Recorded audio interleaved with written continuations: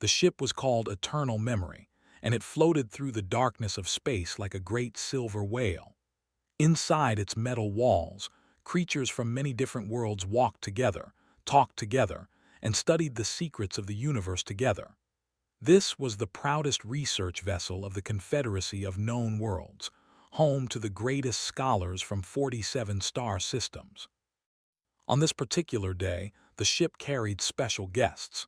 Humans had finally joined the galactic community, and a small group of them had been invited aboard to learn about Confederate history.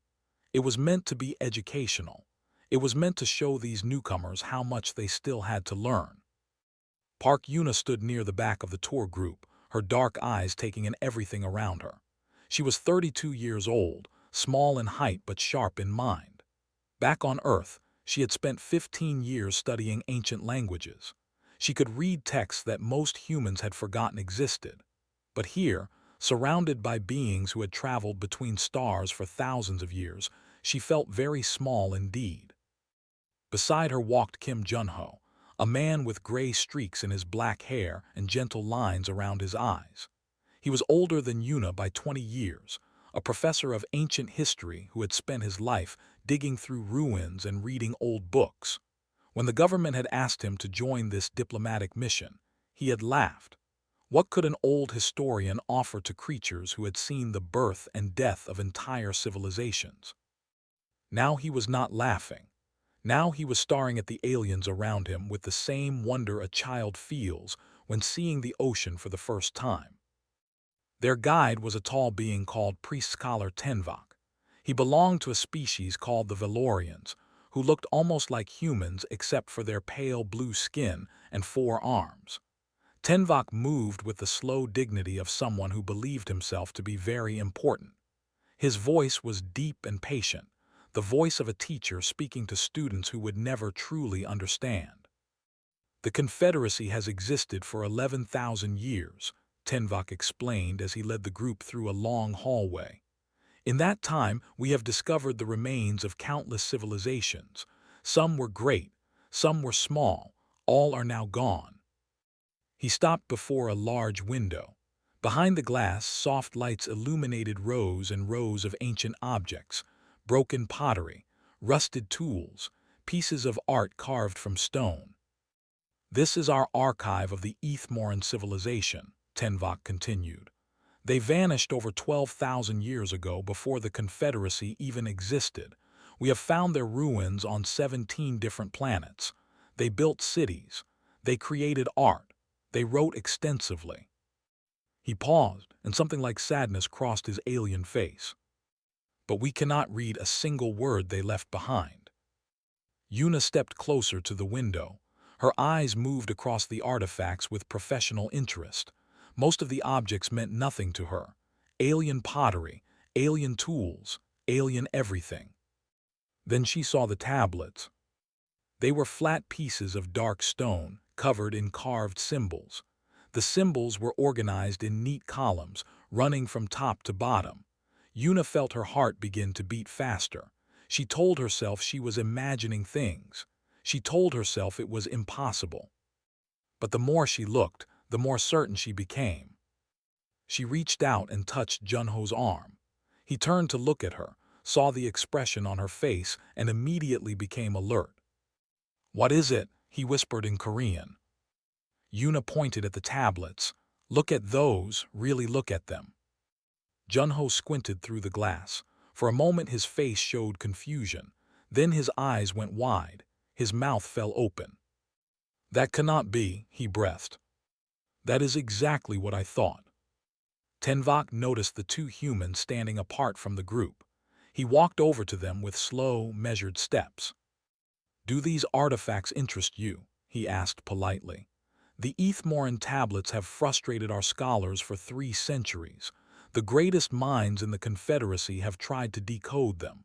All have failed." Yuna did not look at him. She was still staring at the tablets. "How old did you say these were?" she asked. "Approximately 12,000 years." Yuna nodded slowly. "And you found them on multiple planets." 17 different worlds across 4 star systems. Can we see them up close? Tenvok made a sound that might have been a laugh. These artifacts are priceless treasures. We do not simply allow tourists to handle them. Junho finally pulled his eyes away from the tablets. He looked at the Valorian with an intensity that made the alien take a small step backward. We are not tourists, Junho said quietly. We are scholars, and I believe we may be able to help you with your translation problem. For a long moment, Tenvok said nothing. His 4 hands twitched at his sides. Around them, the other aliens in the tour group had stopped to watch. You believe you can read Ethmoran? Tenvok asked slowly. You, whose species only discovered faster-than-light travel 50 years ago.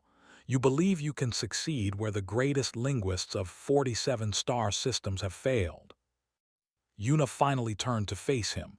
There was no arrogance in her expression, only certainty. That writing system, she said, pointing at the tablets. Those are not random symbols. Those are characters. Specifically, they appear to be a very old form of something we call Oracle Bone script, mixed with elements of Seal script. Tenvok tilted his head. I do not understand these terms. They are ancient Chinese writing systems, Junho explained. Oracle Bone script was used on Earth over 3,000 years ago. Seal script came later. Both have been extensively studied by human scholars for centuries. The silence that followed was absolute. Every alien in the corridor had stopped moving. They stared at the 2 humans with expressions that ranged from disbelief to outright shock. You are saying, Tenvok said slowly, carefully, as if speaking to someone who might be insane, that this ancient alien language resembles something from your own planet. I am saying more than that, Yuna replied. I am saying that if you let me examine those tablets, I am fairly confident I can read them. Tenvok's 4 hands opened and closed. His pale blue face had become even paler. This is impossible, he whispered. Many things seem impossible, Junho said gently, until they happen. The Valorian looked at the tablets, then at the humans, then at the tablets again. Finally, he reached into his robes and pulled out a communication device. I must contact the High Council, he said, his voice shaking slightly. Please wait here. He walked away quickly, his 4 arms waving as he spoke urgently into the device. Yuna and Junho stood together, staring at the ancient stones behind the glass. This changes everything, Yuna said quietly. Junho nodded. Yes, it does. Somewhere in the vast darkness of space, secrets that had been sleeping for 12,000 years were about to wake up, and 2 ordinary humans from a small blue planet were about to shake the foundations of the entire galaxy. Neither of them slept that night. Neither of them could. They had looked into the past and seen something that should not exist, and now they needed to understand why. The impossible tablet waited silently behind its glass prison, holding answers that would change the universe forever. 3 hours passed before the doors to the archive finally opened. During that time, Yuna and Junho had been taken to a small room and given water and strange alien food that tasted like nothing they had ever eaten before. Neither of them ate much. Their minds were too busy thinking about what they had seen. When priest-scholar Tenvok returned, he was not alone. Behind him walked 7 other Valorians, all wearing the same formal robes. Their faces were impossible to read, but their 4 hands moved nervously at their sides. The High Council has discussed your claim, Tenvok said. His voice was stiff and formal. They do not believe you can truly read Ethmoran. However, they have agreed to let you try. He paused. If you fail, you will be returned to Earth immediately. If you are wasting our time, there will be consequences for your diplomatic relationship with the Confederacy. Junho stood up slowly, and if we succeed. Tenvok did not answer. Instead, he turned and walked out of the room. The humans followed. They walked through long corridors made of white metal. Other aliens stopped to stare at them as they passed. Word had spread quickly through the ship. The primitive humans claimed they could read the unreadable language. Most thought it was a joke. Some thought it was an insult. A few wondered if it might actually be true. The archive room was larger than Una had expected. It was circular, with high ceilings and soft blue lighting. In the center of the room stood a single table. On the table, carefully placed on soft cloth, were 5 of the ancient tablets. Una felt her breath catch in her throat. Up close, the tablets were even more beautiful than she had imagined.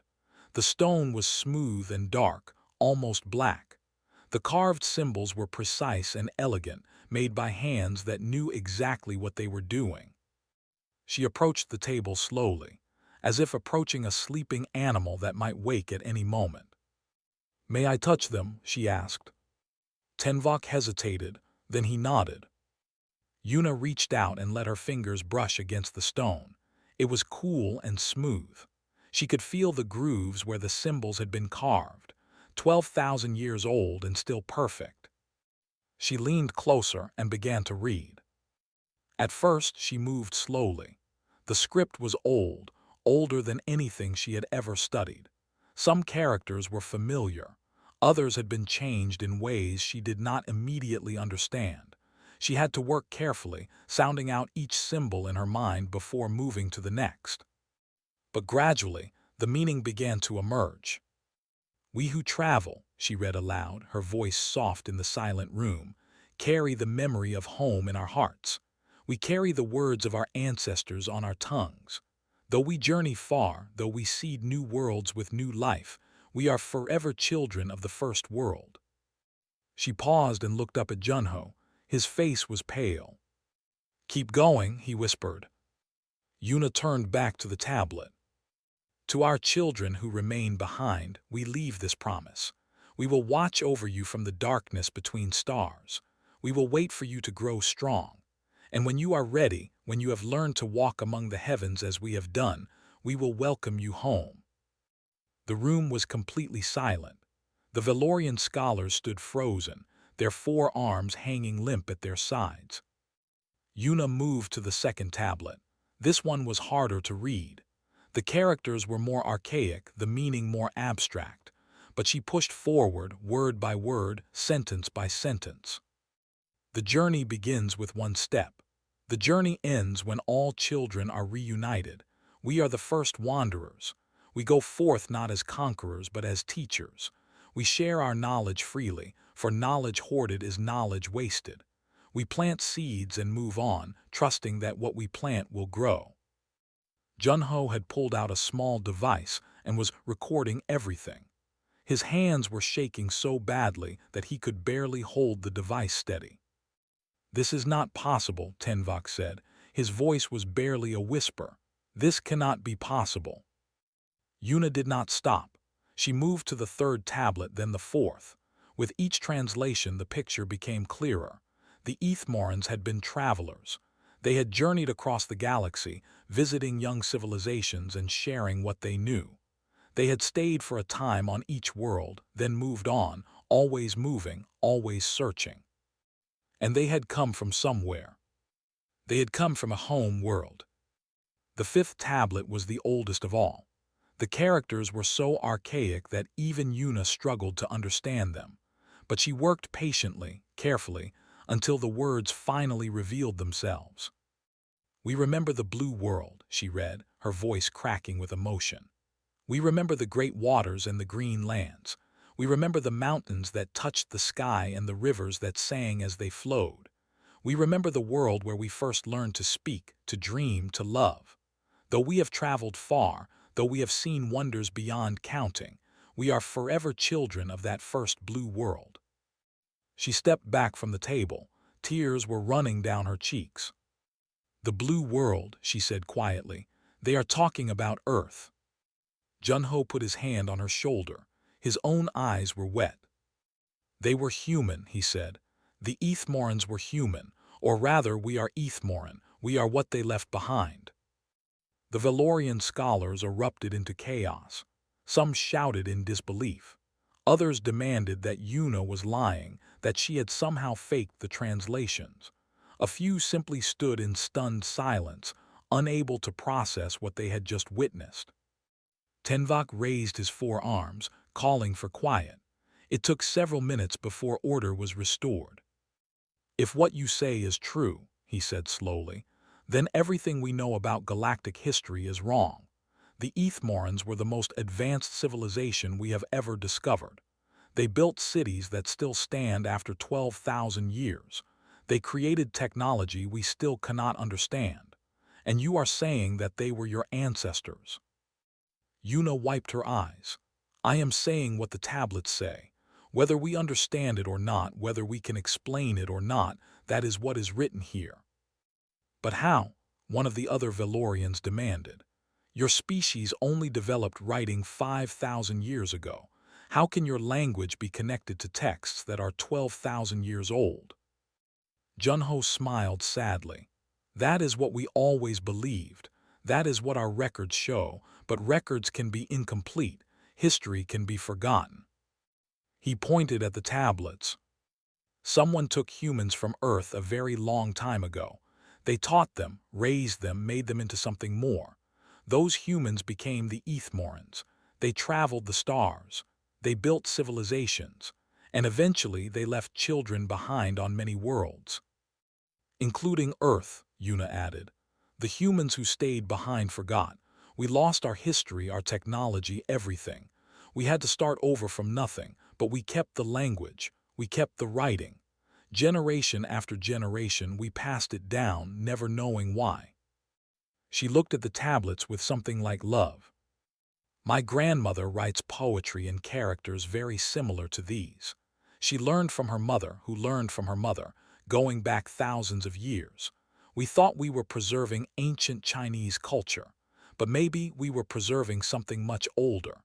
Maybe we were keeping a promise we did not even know we had made." Tenvak sank into a chair. For the first time he looked old and tired and completely overwhelmed. "We have spent 300 years trying to understand the Ethmorans," he said quietly.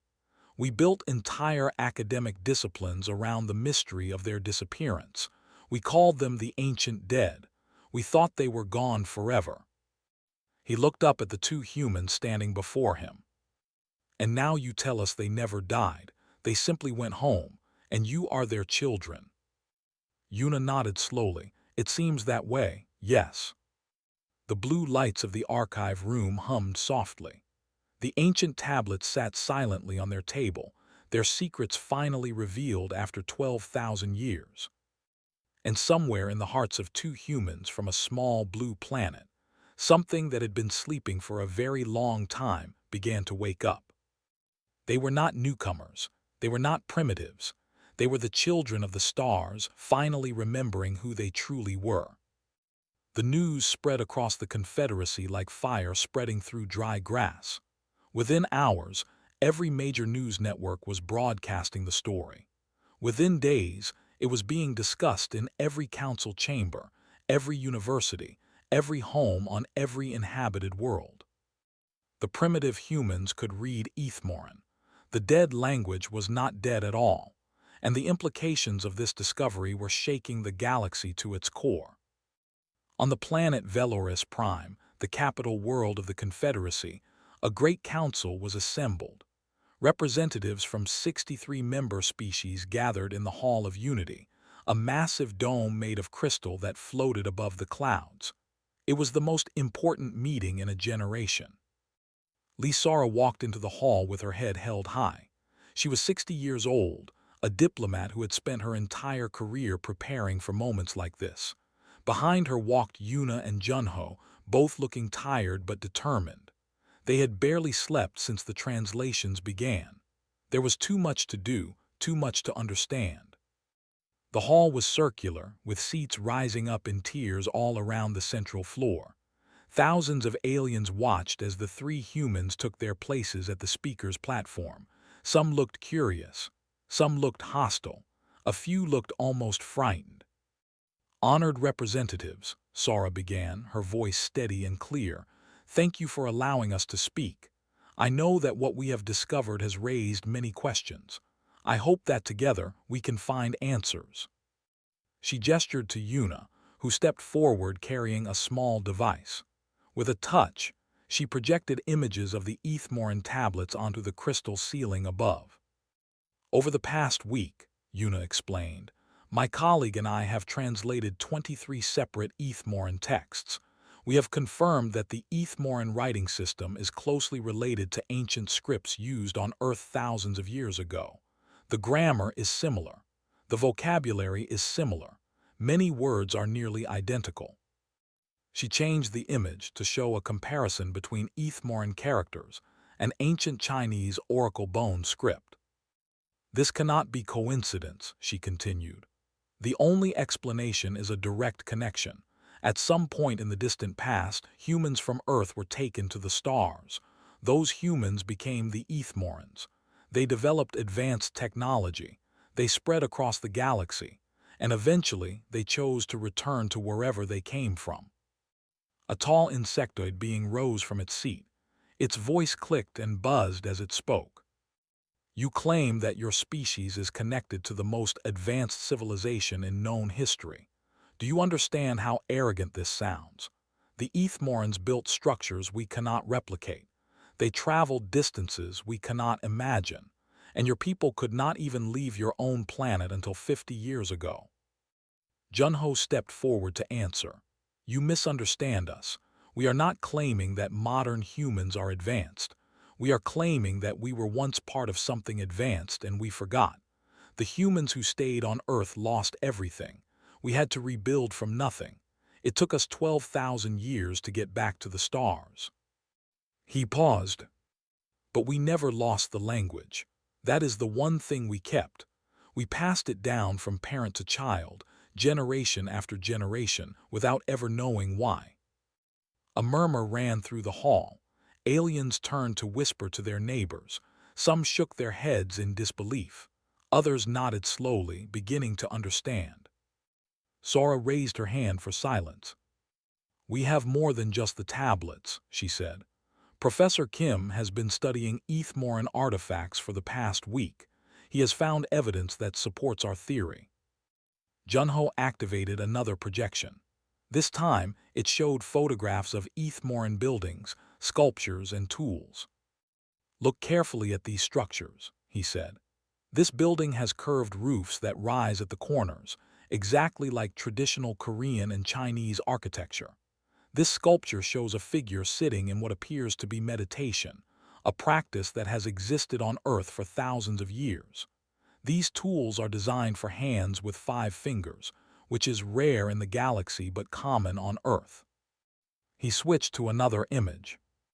And this, he said quietly, is what convinced me beyond any doubt. The image showed a small Ethmoran artifact. It was round and flat, made of jade green stone. On its surface was carved a symbol that made the entire hall go silent. It was a dragon, a Chinese dragon, long and serpentine, with whiskers flowing from its face and claws reaching out toward the viewer. This image exists in human mythology going back to the earliest records, Junho explained. We call it a dragon. We paint it on our walls. We dance in dragon costumes during festivals. We never knew where the image came from or why it was so important to us. He looked up at the assembly. Now we know. It came from the stars, it came from our ancestors, it came from the Ethmorans. The hall erupted into noise. Some aliens shouted questions. Others argued with each other. A few sat in stunned silence, their worldviews crumbling around them. But something else was happening too. Here and there, individual representatives were rising to their feet, speaking to their neighbors with excited gestures. A small Valorian approached the speaker's platform. It was not Tenvok, but a younger scholar with pale purple skin. I must speak, she said urgently. My name is Scholar Velindra. I study ancient Valorian mythology. What you have shown us today connects to legends that have existed on my world for 10,000 years. Sora nodded. Please speak. Velindra faced the assembly. Our oldest stories speak of beings we call the Star Teachers. They came to Veloris when we were still a young species. They taught us mathematics. They taught us astronomy. They taught us how to build ships that could survive in the void of space. She pointed at the projected image of the dragon. And they carried banners decorated with long serpentine creatures, exactly like this one. We thought they were gods. Now I wonder if they were simply teachers, sharing what they knew before moving on. Another voice rose from the crowd, a representative from the Kethmeri species, small beings with fur and large eyes. Our people have similar legends, she said. We call them the ancestors from beyond. They walked among us for 3 generations, then departed, promising that one day their children would return. More voices joined in. Species after species, world after world, they began sharing their myths and legends. And in story after story, the same patterns appeared. Wise teachers who came from the stars, knowledge freely shared, and a promise that the scattered family would one day be reunited. Yuna watched with tears in her eyes. Beside her, Junho had stopped trying to take notes. The evidence was overwhelming. The Ethmorans did not just visit Earth, Sora said, her voice rising above the noise. They visited dozens of worlds. They taught, they shared, and then they moved on. They were not conquerors. They were gardeners, planting seeds of knowledge wherever they went. She paused. And now, after 12,000 years, one of those seeds has finally grown tall enough to reach back to the stars.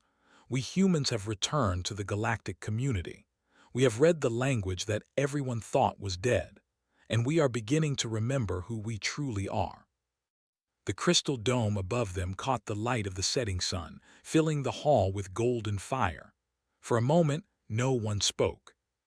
Then slowly, the Valorian representative rose to his feet. His 4 arms opened wide in a gesture of welcome. On behalf of the Confederacy of Known Worlds, he said formally, I welcome humanity not as newcomers, but as the returned children of the first wanderers. Whatever we can do to help you discover your true history, we will do. Other representatives stood. One by one, species after species rose to their feet in a gesture of respect. Sora, Yuna, and Junho stood together at the center of the great hall, surrounded by thousands of beings from across the galaxy. They had come as representatives of a small, primitive species. They were leaving as the recognized descendants of the greatest civilization the galaxy had ever known. And somewhere out there, among the distant stars, the first wanderers were waiting to see what their scattered children would do next. 6 months had passed since the council meeting on Veloris Prime. In that time, the galaxy had changed in ways no one could have predicted. Human scholars were now the most valuable experts in the Confederacy.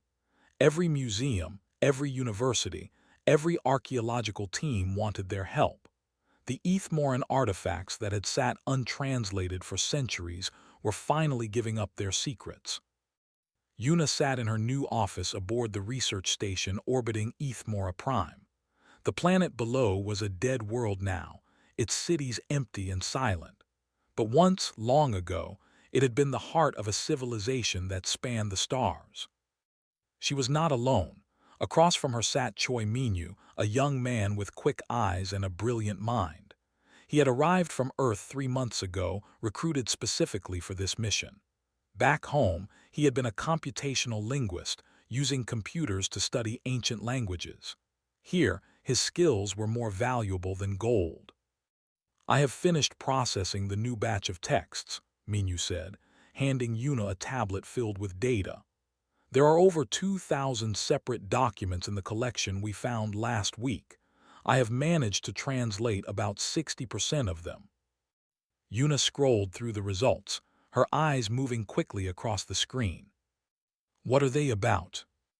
Everything, Minyu replied. History, science, poetry, personal letters, shopping lists. The Ethmorans were just like us. They worried about their families. They argued about politics. They fell in love and got their hearts broken. He paused. But there is something else, something I think you need to see. He reached over and swiped to a specific document on the tablet. This was found in the deepest level of the archive we discovered yesterday. It was stored in a container designed to last for millions of years. Whoever wrote this wanted to make sure it would survive. Yuna read the translation slowly, her heart beating faster with each word. To those who find this message, we offer greetings across the ages. We are the Ethmorans, though this is not the name we call ourselves. We are the first wanderers, the children of the blue world, the scattered seeds of a single family. She looked up at Minyu. "Keep reading," he said quietly. "We have traveled far and seen much. We have shared our knowledge with young civilizations across the galaxy. We have watched them grow just as we once grew, but now our journey approaches its end. The time has come for us to return home." Yuna felt a chill run down her spine. We do not know how long we will be gone. Time moves strangely in the deep void between galaxies. What seems like years to us may be centuries to those we leave behind, but we promise that we will return.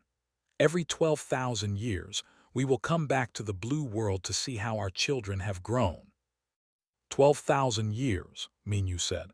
That is the exact time period since the Ethmorans vanished. Yuna kept reading. If you are reading this, then one of two things has happened. Either you are a descendant of those we left behind, finally grown wise enough to reach the stars, or you are a new species, discovering our ruins and wondering who we were. She turned to the final section. If you are our children, know this, we never forgot you. We watched over you from the darkness between stars. We saw you struggle. We saw you fall. We saw you rise again. We were so proud of you, even when you did not know we were there. The document ended with a single line. We will return, wait for us, we love you. Yuna set down the tablet, her hands were shaking. There is more, Minyu said. He walked over to a window that looked down at the planet below. The archive contains detailed records of their travel patterns. I have been trying to calculate when their next visit would be based on the 12,000-year cycle. He turned to face her. They are already on their way. According to my calculations, they should arrive in our solar system within the next 50 to 100 years. Yuna stood up so quickly that her chair fell over. Are you certain? The math is solid. They left this galaxy 12,000 years ago. They said time moves differently in the void between galaxies. If they were traveling for what seemed like a few years to them, 12,000 years would have passed here. He pulled up a star chart on the wall display. I have been looking for any signs of their approach, and I found something. The chart zoomed in on a region of space, at the very edge of Confederate detection range. There is a signal coming from this area. It is faint, but it is definitely artificial, and it is using a pattern that matches Ethmoran mathematical structures. Yuna stared at the display. A tiny blinking light marked the location of the signal. They are coming, she whispered. They are coming, Minyu confirmed. That night, Yuna sent a message to Lee Sara on Veloris Prime. Within hours, an emergency session of the Confederate Council was called. Within days, the news had spread to every corner of the galaxy. The first wanderers were returning. Panic gripped some species. They had heard the legends. They knew how powerful the Ethmorans had been. What if the wanderers were angry about how their ruins had been treated? What if they saw the younger species as rivals? What if they came not as teachers but as conquerors? Warships were built. Defensive systems were prepared. Some worlds began stockpiling weapons. But on Earth, the reaction was different. Junho, now returned to his university in Seoul, received the news with tears in his eyes. He called his daughter, his grandchildren, everyone he knew. They are coming home, he said. Our ancestors are finally coming home. In villages across Korea, China, Japan, and all the nations that had preserved the ancient scripts, people gathered to celebrate. They lit candles. They burned incense. They performed ceremonies that had been passed down for thousands of years. And in a small house in the countryside, an old woman named Grandmother Bay sat at her desk and began to write. She used a brush and ink, carefully forming characters that her own grandmother had taught her when she was a child. "Welcome home," she wrote. "We never forgot, we never stopped waiting. The children are ready to meet their parents at last." She did not know if the message would ever reach the wanderers, but she wrote it anyway because it needed to be said. Across the galaxy, a tiny ship continued its long journey through the darkness. Inside, beings who had left Earth 12,000 years ago were finally approaching home. They had promised to return. They had kept their promise. And soon, very soon, the scattered family would be whole again. Una stood at her window, looking out at the stars. Somewhere out there, beyond the edge of visible space, the first wanderers were coming. She smiled. "We are ready," she said softly. "We have been ready for a very long time." 53 years had passed since the discovery of the Ethmoran tablets. Una was an old woman now, her hair white as mountain snow. She sat in a hovering chair near the observation deck of the starship Homecoming, watching the stars drift by outside the window. Beside her stood a young man with bright eyes and steady hands. His name was Park Tiho, her grandson. He had grown up hearing stories about the first wanderers. Now he was here, aboard the ship that would welcome them home. "Are you nervous, grandmother?" he asked. Una smiled. "I have waited my whole life for this moment. I am not nervous. I am ready." The Homecoming was not alone. Around it floated hundreds of ships from dozens of species. Velorian cruisers decorated with banners. Kethmari vessels covered in colorful lights. Ships from worlds whose names Una could not even pronounce. At the center of the fleet was Earth's contribution. A single white ship carrying messages of welcome written in every language humanity had ever spoken.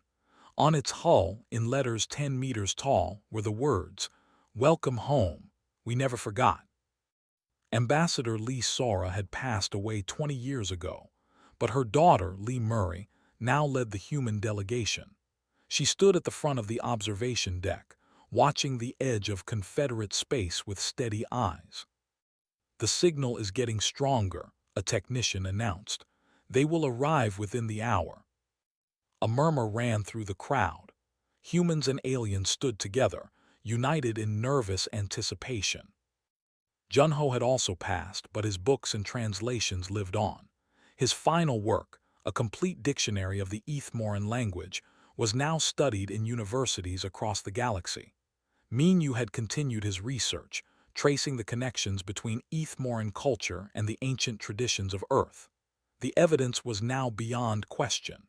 The Wanderers and the humans were one people, separated by time but connected by blood.